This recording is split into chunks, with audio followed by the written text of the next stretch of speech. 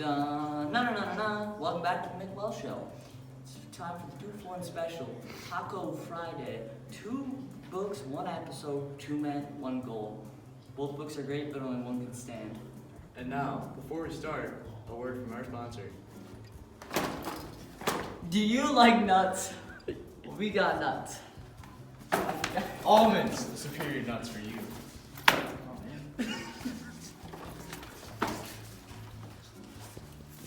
Alrighty, and we're back. So today we're going to be talking about our modern version of our books and our traditional versions too. Our first segment for our books is a word choice. So, Nick Dace, are there any specific words that affect the tone of your traditional version? Yes, my traditional version is called Alice's Adventures in Wonderland by Lewis Carroll. Yes, it depicts a happier, more kid-friendly tone by using the words grand, curtsying, and golden, while also using the phrases, there's nothing so very remarkable, and, but to her disappointment, the orange marmalade jar was empty. So what about your traditional version, Maxwell? My traditional version, The Ballad of Mulan, by an unknown author, doesn't use that many words. The only word that stands out to me is to seek. It is used in the poem as a sound of a weaving machine Mulan is using. For example, seek, seek, and again, seek, seek. It doesn't give off a tone of the story or a meaning. What about your modern version? Well, my modern version is A Blade So Black by L.L. McKinnon. The tone in this book is a lot darker. Some of the words that set this tone include nightmares, fiends, black knight, evil queen, and lots more. In fact, too much to write about. How does your word choice in your modern version set the tone? My modern version, called Reflection by Elizabeth Lim, has more variety of a word choice. For example, in the book Reflection, the author chooses to write the ferocious cry.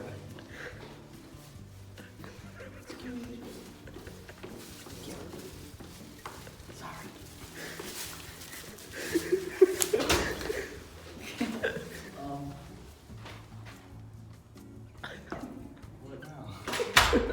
Where are you at? Let's see. The author chooses to write with a ferocious cry. This gives off more of an intense feeling, almost like you're in the character's shoes. Now, from a word from our second sponsor, our sponsor's second best nut. Do you like tree nuts or nuts in general? Well, we got the nuts for you. Pistachios, the second most superior nut. This is very important. Hey, we're back again, and thanks to our sponsor, Nuts. Hey, what's that guy? Now back to our second segment for today. We'll now talk about figurative language in both of our versions. I guess I'll start off first with my modern version, since my traditional version does not use any sort of figurative language. My modern version, Reflection by Elizabeth Lim, uses some figurative language. One example is blood thundered in her ears. This also gives off an intense feeling, along with moving like a dark and foreboding shadow. This gives off a sense of fear in Mulan during her battle.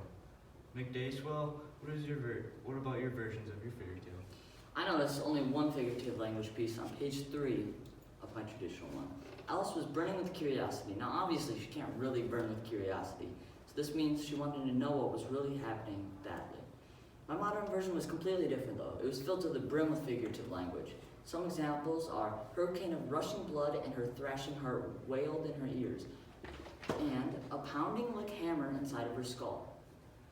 Alright, thank you for that. And now, to our third and final segment of today, structure.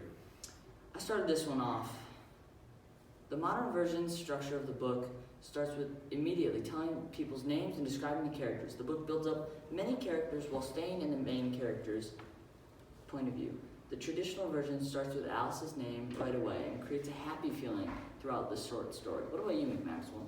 Well, my traditional story starts before Mulan decides to enlist to save her father in the Imperial Army. It also uses Mulan's name and no one else's. This story is also a poem, and my modern version starts off during a battle that Mulan is in, and uses a variety of names. This is also a chapter book, so it also has more detail than a poem. And the tone of my traditional story is more calm. It makes Mulan the more important one, compared to everyone else. In the modern version, the tone is still intense, along with still being more detailed in the book. Alright, thank you for watching. This is episode 2. Out. I'm out.